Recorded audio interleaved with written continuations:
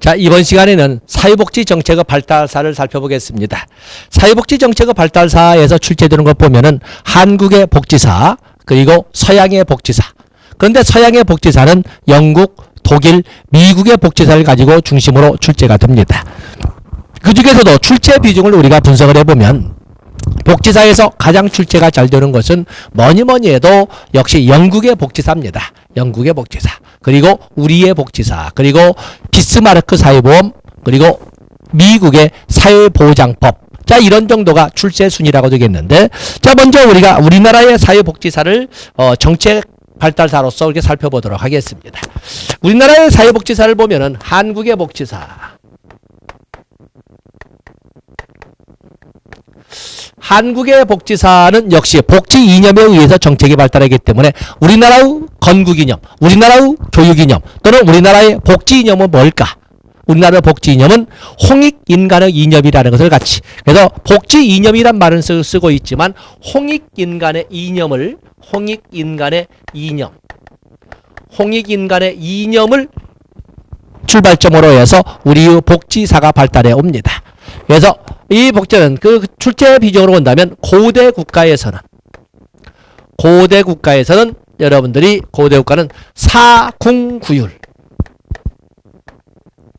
사궁구율에 대해서, 여기는 국가의 필수 지원 대상을 설명하고 있는데 사궁구율로서 환과 고독에 대한 국가 지원을 이렇게 사궁구율이라고 합니다. 노동 능력이 없는 호래비, 그리고 노동 능력이 없는 과부, 그리고 고아, 그리고 무자녀 노인에서 환과고독이라고 부르는데 바로 이건 고대 국가부터 존재하던 필수 지원 대상이라고 할 수가 있겠습니다. 또 이 고대 국가에서 또 우리가 가져가야 할 것은, 그건 거기 보면은 고대 국가에 바로 창제가 있습니다. 창제. 한국사와는 좀 다르게 표현을 하고 있지만 창제라고 하는 것은 실질적으로는 지배계층의 전리품 창고가 되겠어요. 창이라고 하는 창이라고 하는데 창이라고 하는 것은 지배계층의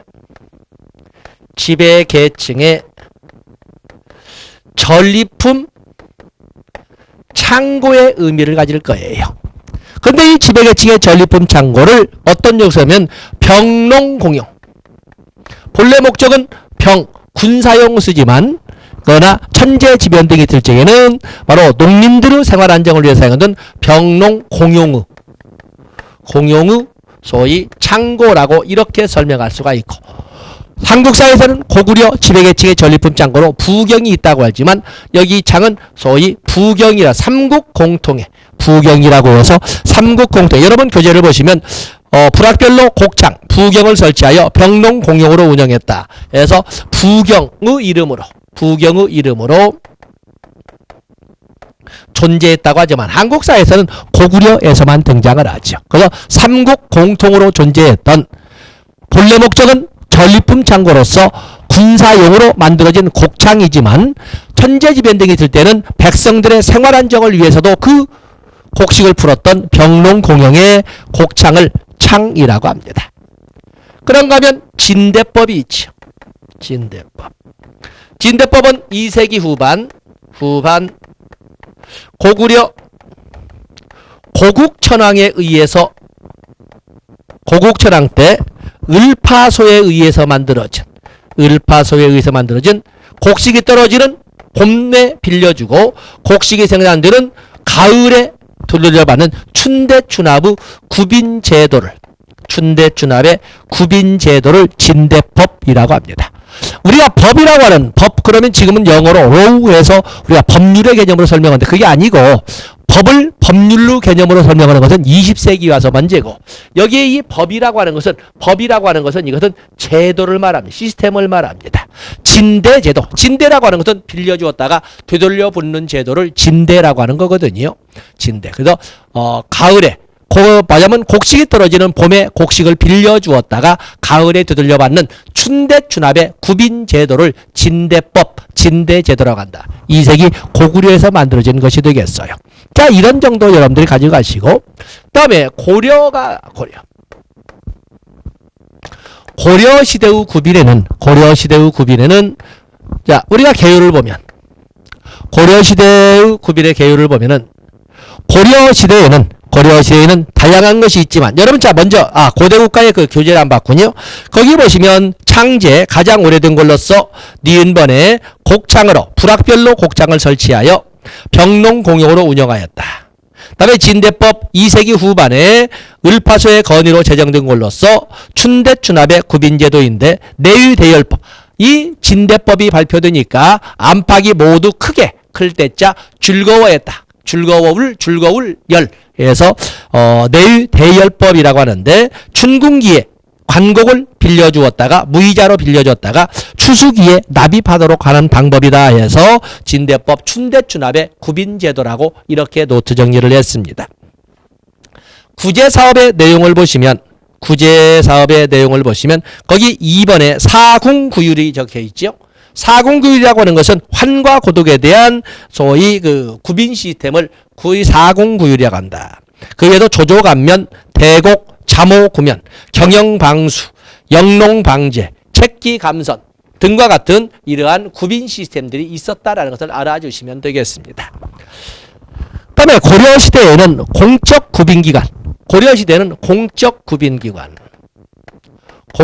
구빈기관이 설치됩니다. 구빈기관 설치. 이것을 우리는 대부시라고 합니다. 대부시. 또 고려시대에는 처음으로 공적 구빈기관이 설치될 뿐만 아니라 구빈제도, 정책의 제도화, 구빈정책의 제도화가 이루어집니다. 여러분들이 볼 적에는 구빈정책의 제도화, 그렇다면 구빈정책이라고 하는 것은 이미 고구려에도 있지 않았느냐라고 사람들이 생각하는데, 적어도 제도라고 하려면은 법령의 범위 안에서 비교적 영속적 형태로 체계화된 것을 제도라고 합니다. 고구려 2세기 말 고국전왕 때 을파소에 의해서 진대제도가 만들어지긴 했으나 그것이 연속성을 가지거나 오늘날까지 영향을 미친 것은 아니었어. 그런 제도가 있었다라는 기록이 있는 거예요. 그에 비해서 고려시대에 만들어진 의창이나 상평창과 같은 경우에는 고려 500년, 조선 500년, 1000년의 역사를 가지고 진행이 됩니다. 그래서 보통 구빈 정책의 제도화 그러면은 의창과 상평창을 들어서 상평창을 들어서 고려시대라고 이렇게 설명하고 있는 겁니다. 그다음에 고려시대에는 민자동원에 대한 기록도 있습니다. 고려 500년이라는 것은 한국사를 강의하는 것은 아니겠지만 고려 500년은 5개 이민족에 의해서 끊임없이 전쟁으로 점철된 전쟁의 역사 500년이었어요. 그러다 보니까 국가 재정의 대부분은 전비로 들어갔던 것이고, 이 전비로 대부분 들어가다 보니까 어려운 백성을 도울 수 있는 여력은 없었던 거였어요.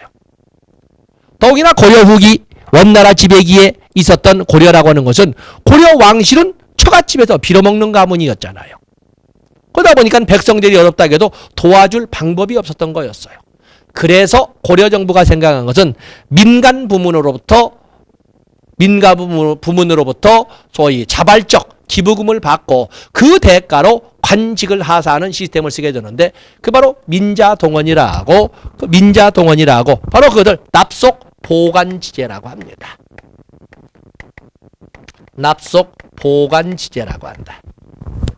또 그런가 하면은 이 고려시대에는 원내 시설보호, 원내구제죠. 시설보호도 등장하였다. 시설보호로 등장했다고 하는 것이 바로 동서대비원이나 또 그런가 하면 해야도감을 우리가 들어볼 수가 있습니다. 해야도감. 이런 것처럼 고려시대에는 이렇게 사회복지에 관련된 이런 특징들을 몇 개 정리해 볼 수가 있는 것입니다. 고려시대의 5대 진율사업을 보시면, 거기 5대 진율사업.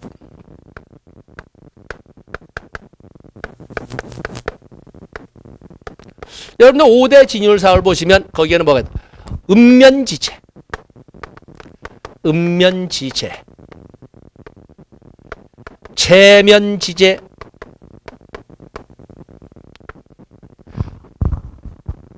환과 고독, 환과 고독, 진대지제. 또 그러면 수완진려, 수완진려, 진대지제. 수완진려, 진대지제. 그리고 납속보관지제. 자, 이렇게 그것을 고려시대 대표적인 지율 시스템이라고 합니다. 읍면지제라고 하는 것은 나라에 경사가 있을 때, 나라에 어떤 경사가 있을 때 세금이나 형을 감면해 주는 제도를 읍면지제라고 합니다. 세금이나 형을 감면해 주는 제도. 제면지제는 어떠한 국가의 천재지변과 같은 재난이 있을 때 역시 세금이나 형을 감면해 주는 제도를 말합니다.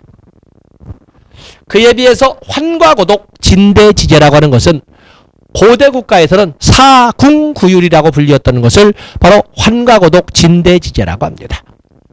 사궁구율이죠.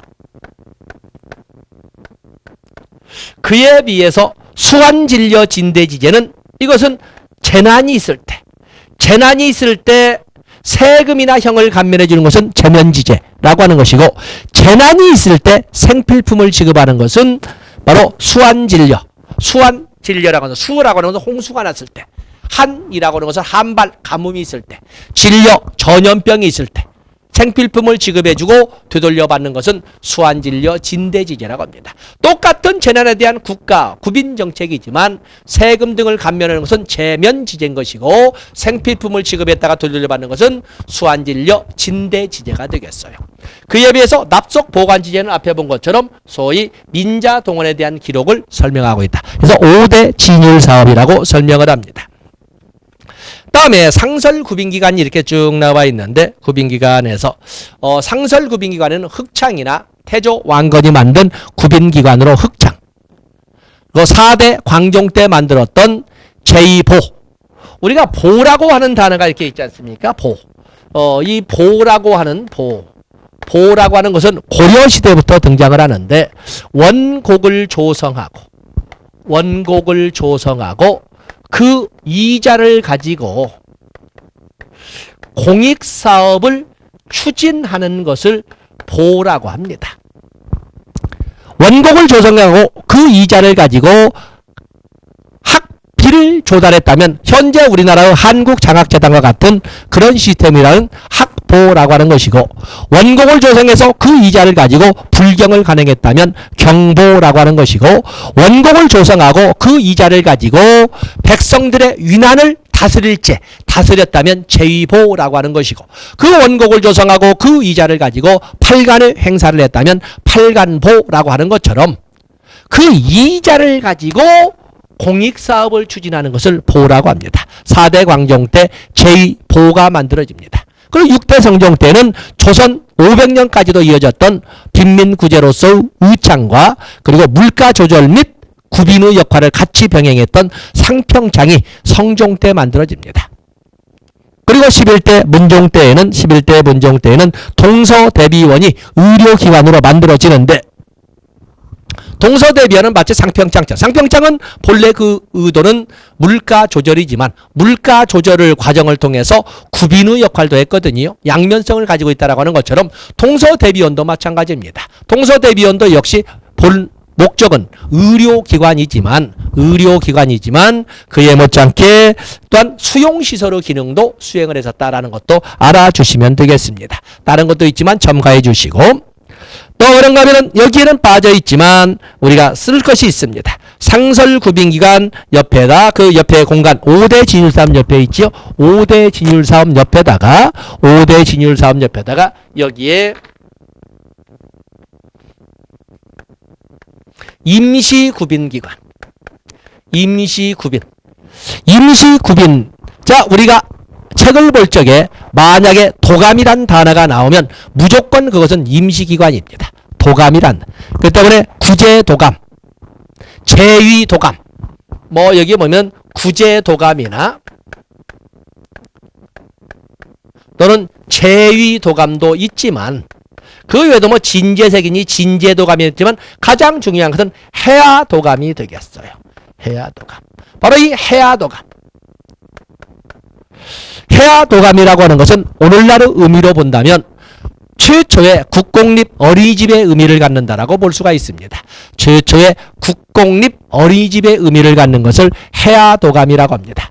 그에도 그 해화도감, 그 외에도 뭐 진제도감이니 진제색이니 뭐 이런 거 있지만 우리가 출제 대비하는 것은 해화도감을 꼭 기억해 놓으셨다가 고려시대, 고려 후기 원나라 침탈기에 생겼던 영유아 보육기관으로 오늘날 국공립 어린이집의 지원의 개념을 갖는 것을 해화도감이라고 합니다. 바로 여기에다가 초점을 두어서 거기 공간에다가 체크를 해 놓으시면 되겠습니다. 그래서 그 5대 진율 사업에다가 임시구빈기관에서 저 세 가지를 적어주시되 사실은 해화도감을 보기 위해서 정리한 것입니다. 다음에 이번에는 우리가 조선시대를 보는데 조선시대에 대해서는 뭐 판서기는 좀 그렇고 거기 보시면 조선시대 빈민의 구제는 왕의 책임이다.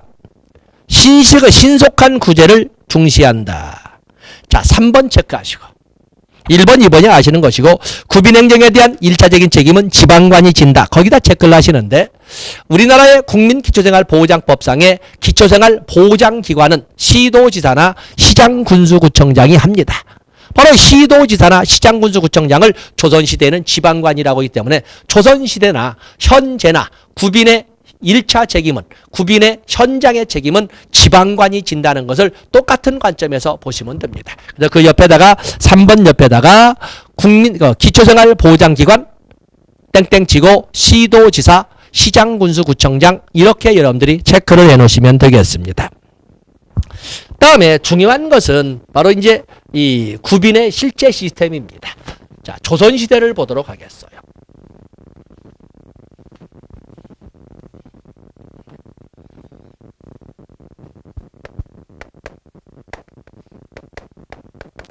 조선시대의 구빈 시스템은 비황과 구황이 있습니다. 비황과 구황이 있다. 첫 번째 비황이라고 하는 것은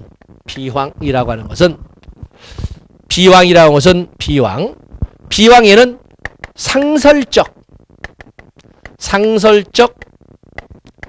재난 대비를 위한 구빈 시스템을 비황이라고 합니다.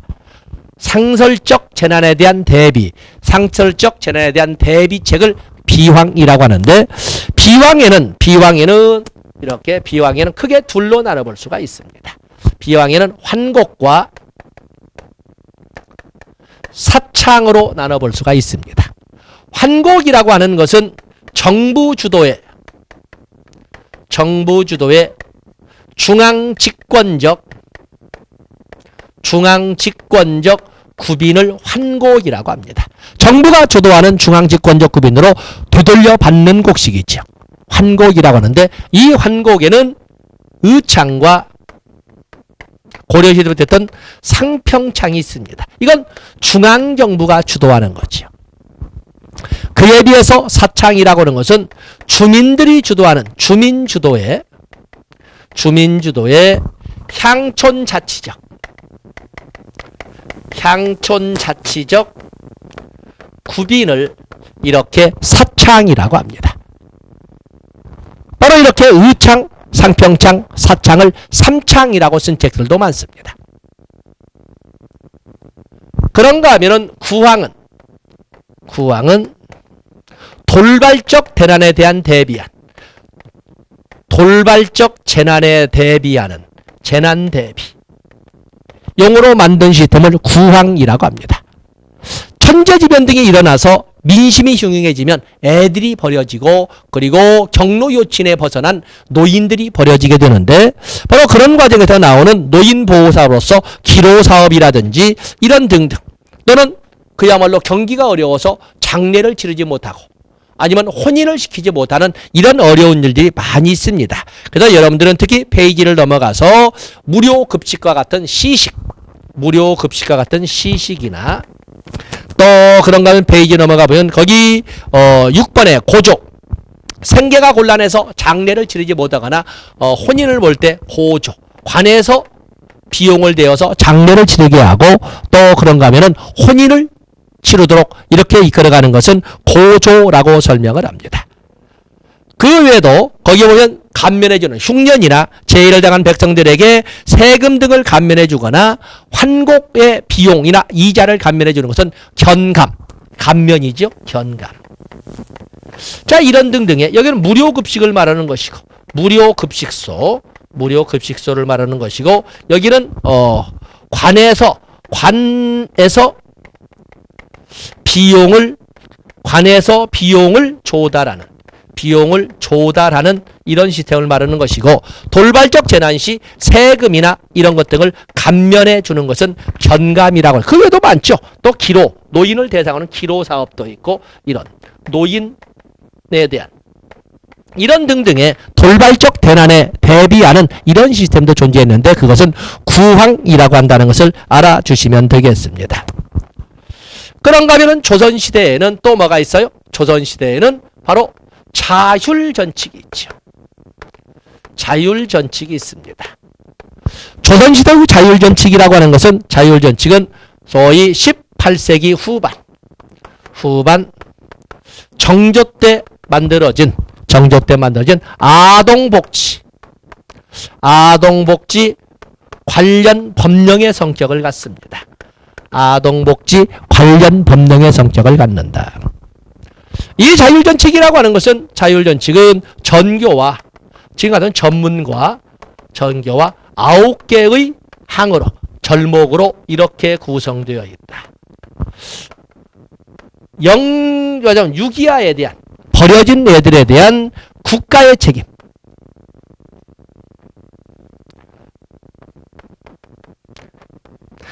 버려진 애들에 대한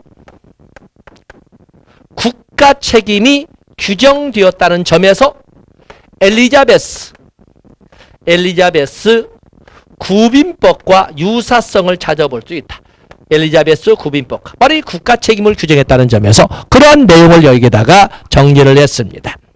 그래서 조선 후기 가장 대표적인 있게 되어 있는데 정조 7년에 반포된 아동복지 관련 법령으로 요구 아동 구율에 있어서 개인, 민간 책임뿐만 아니라 국가의 책임이나 역할도 규정했다는 점에서 4번 엘리자베스 구빈법의 취지와도 연결되는 점이 있다라고 설명을 한다. 이렇게 해서 자율전칙을 우리가 정리를 했습니다. 다음에 일제시대는 다른 건 놔두고 일제시대는 1번의 배경지시를 가지고 2번 조선구호령을 보시면 되겠습니다. 이 일제시대 만든 조선구호령 일제시대의 이런 조선구호령이라고 하는 것은 1944년에 만들어졌는데 일제 말에 만들어졌으나 이것은 1961년 생활보호법이 만들어질 때까지 우리나라의 근대적 공공부조의 근거법으로서 역할을 수행했다는 것을 알아주시면 되겠습니다. 그래서 거기 2번에 핵심 나와 있죠. 1번, 2번으로 보시면 되겠고. 다음에 해방 이후 약 3년간의 미 군정 치하에서는 어떻게 이루어졌는가? 미 군정 치하에서는 다른 것도 없고 바로 미 군정 치하에서는 2번과 3번으로 일제시대의 유물인 조선구호령의 연장선상에서 무계획적이고 임기응변적이며 온정주의적 성격이 강했다. 마치 큰 은혜를 가지고 부모가 자식을 보살피는 듯한 이러한 분위기를 조성을 했다. 라고 하는 것이 미 군정기에서 있었던 사회복지제도가 되겠어요. 1번에 2번, 3번으로 체크를 해놓으시면 됩니다. 그래서 사회복지제도에는 거기 나와 있죠. 일반 구호사업, 전재민 수용구호사업, 주택구호사업, 실업구제사업이 있다. 이것을 가지고 여러분들이 정리를 해 놓으시면 되겠습니다. 그렇기 때문에 우리가 미 군정에는 뭔가 미국에서 왔기 때문에 보다 혁신적인, 보다 획기적인 어떠한 변화나 이런 바람이 있지 않겠느냐라고 했지만 우리의 기대와는 관련 없이 조선구호령의 연장선상에서 무계획적이고 임기응변적이고 그리고 억압과 통치술의 한 방향으로 소위 온정주의적 성격이 강했다라는 데 초점을 두고 여러분들이 접근해 주시면 되겠습니다. 4대 사업은 여러분들이 보십니다. 자, 이제는 우리가 한국의 복지사에서 현대사를 보도록 하겠습니다. 한국의 복지사에서 현대사를 봐야 되는데 한국의 복지사 현대사는 거기에 보면 페이지는 누구 정권 무슨 정권 쭉 되어 있는데 그걸 여러분들이 4개의 칸으로 나누어서 정리를 하셔야 됩니다. 4개의 칸으로. 그래서 현대복지사. 아까 본 것처럼 사회복지 이념의 틀 안에서 국정운영의 기본 방향인 정책이 만들어지고 그 정책을 성문화한 것을 법제라고 합니다. 그래서 여기에는 법제사를 정리함으로써 어떠한 정책이 추진되었는가, 어떠한 정책이 추진되었는가를 몇 개의 법률, 핵심 법률만 가지고 4칸으로 나눌 겁니다. 60년대까지, 70년대, 80년대, 다음에 90년대, 그리고 21세기 이렇게 나눌 거거든요. 자, 첫 번째 칸에는 1944년 조선구호령. 조선구호령 기억해야 되겠죠? 일제 말에 만들어졌으나 해방 이후에도 1961년까지 우리나라 근대적 공공부조의 근거법의 의미를 부여받았던 것이 조선구호령이에요. 다음에 1960년 공무원 연금법. 공무원 연금법이 이때 이렇게 만들어져요. 그리고 1961년에 생활보호법이 만들어지면서 조선구호령을 대치한 자생적 공공부조의 근거법이 만들어지는 겁니다. 그러면서 1961년에 아동 복리법이 61년에 만들어집니다. 그 외에도 62년에 재보호법이라든지 윤락행위 방지법이라든지 뭐 이런 등등이 만들어졌지만, 자, 이런 정도는 이 정도 가져가겠습니다. 다음에 1963년에는 사회보장에 관한 법률. 사회보장에 관한 법률이 만들어지면서 최초의 사회보험법으로 산재보험법이 63년도에 만들어져서 64년부터 시행이 됩니다. 물론 한 명이라도 근로자를 사용하면 당연히 적용을 받아야 된다는 것은 21세기 2000년부터 시행됩니다만, 어쨌든 산재보험이 첫 적용은 64년부터입니다. 그리고 12월 달에 두 번째 사회보험법으로 의료보험법이 이렇게 만들어지면서 77년도부터 이렇게 시행됩니다. 적어도 60년대까지는 이 정도는 가지고 가셔야 되겠어요. 다음에 1970년에는 사회복지사업법이 이렇게 만들어지지. 1970년에 사회복지사업법. 그리고 유신지하인 1973년에 국민복지연금법이 만들어졌으나 시행은 되지 않지요. 의도는 유신치하에서 국민연금제도를 시행하려는 의도는 있었으나 시행령이나 시행규칙이 만들어지지 않음으로써 시행은 되지 못합니다. 1977년에 극빈층 대상의 의료보장으로서 의료보호법이 만들어지면서 64년에 만들었던 의료보험과 같이 시행이 됩니다. 그리고 1981년에 전두환 정권에 들어서서 1981년에 노인복지법,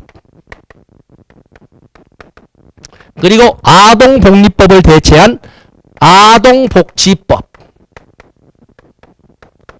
그리고 89년에 이름이 장애인복지법으로 바뀝니다만 이때는 심신장애자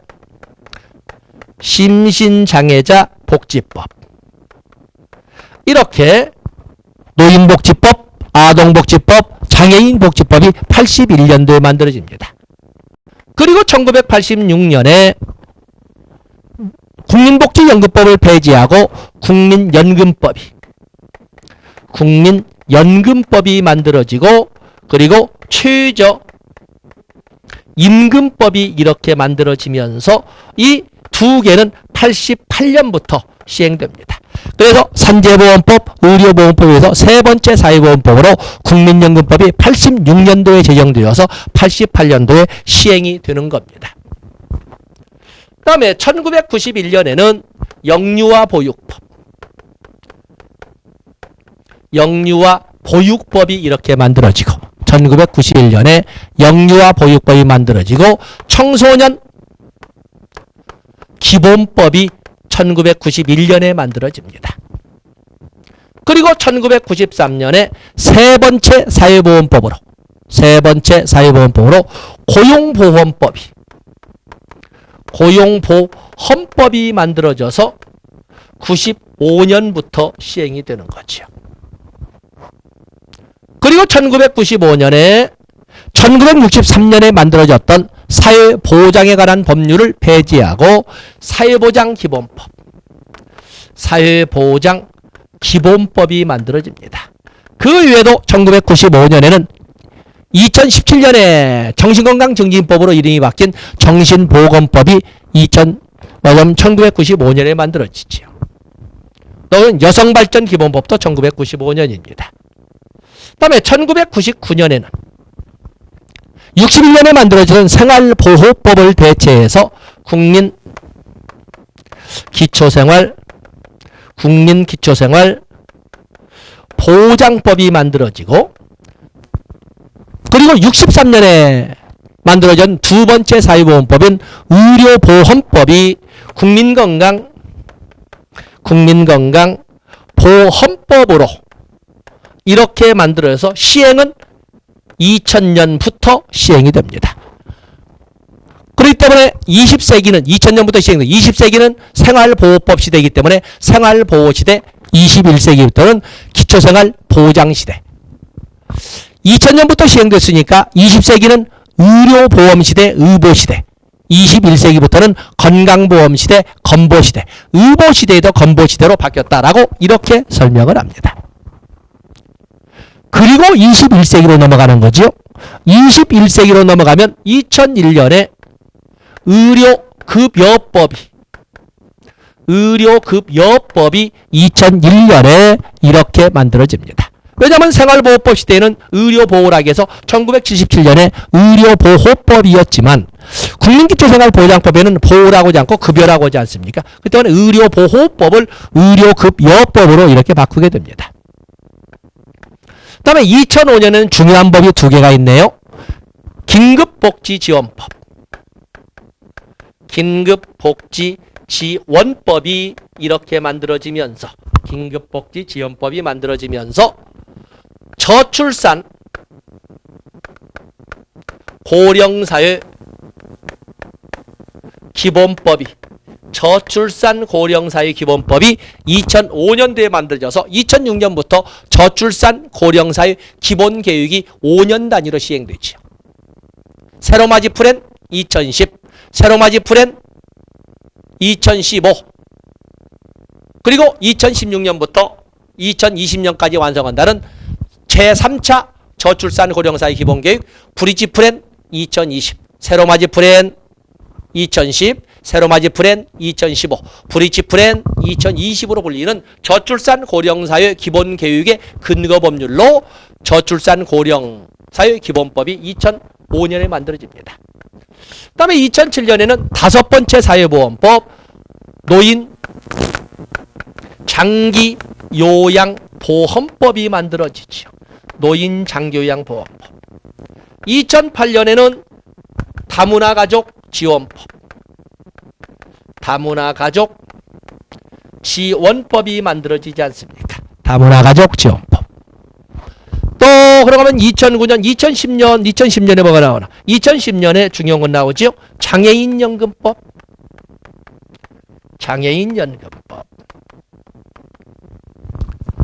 또 2014년에 주거급여법이나 사회보장급여법. 본명은 사회보장급여의 이용 제공 및 수급권자 발굴에 관한 법률 등으로 이렇게 되어 있고, 또 그러면 2015년에는 노후생활 준비법 이런 것 등이 많이 만들어지는데, 이런 법률을 통해서 당시에 어떤 정책이 시행됐는가를 우리가 살펴볼 수 있는 것입니다.